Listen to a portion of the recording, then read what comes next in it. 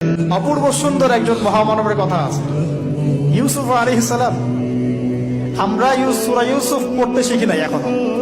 আমরা সবাই মনে করি সূরা ইউসুফ মানে হচ্ছে ইউসুফ জুলাইখার প্রেম কাহিনী, আমরা এটাই মনে করি। সূরা ইউসুফকে আল্লাহ পাক সবচেয়ে শ্রেষ্ঠ উপন্যাস বলেছেন, আহসানুল কসাস। একটু গভীরভাবে পড়ে দেখবেন অর্থগুলো।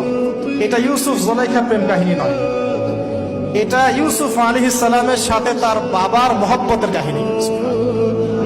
এটা পিতা আর সন্তানের মহব্বতের কাহিনী।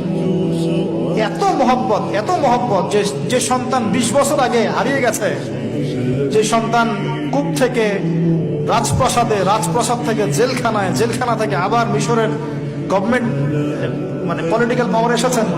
বাবা কিন্তু এটা জানেন না, কিন্তু সন্তান যখন একটা জামা পাঠিয়ে দিচ্ছে, জামা, এই কমিজটা নিয়ে যাও আমার বাবার চোখে দিও, বাবা দৃষ্টি ফিরে পাবে।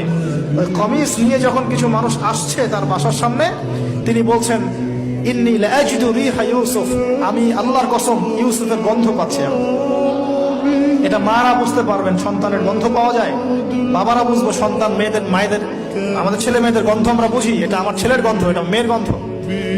ইউসুফ আলাইহিস সালামের কামিজ আসছে 1200 মাইল দূর থেকে, আরো বেশি বা কম হবে, আর এখানে তার বাবা গন্ধ পাচ্ছেন।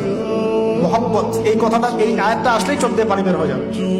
ইন্নী লাআজিদু রিহা ইউসুফ, আমি ইউসুফের গন্ধ পাচ্ছি। আর মানুষ বলছে আপনি পাগল হয়ে গেছেন, কতদিন আগে ইউসুফ চলে গেল, আপনি ইউসুফের কথা বলতে বলতে বলতে বলতে চোখ বন্ধ করে ফেললেন কাঁদতে কাঁদতে, এখন বলছেন ইউসুফের গন্ধ পাচ্ছেন। সুবহানাল্লাহ। তো সূরা ইউসুফ পিতা আর সন্তানের প্রেম কাহিনী, মহব্বতের কাহিনী, ট্র্যাজেডি লাইফের।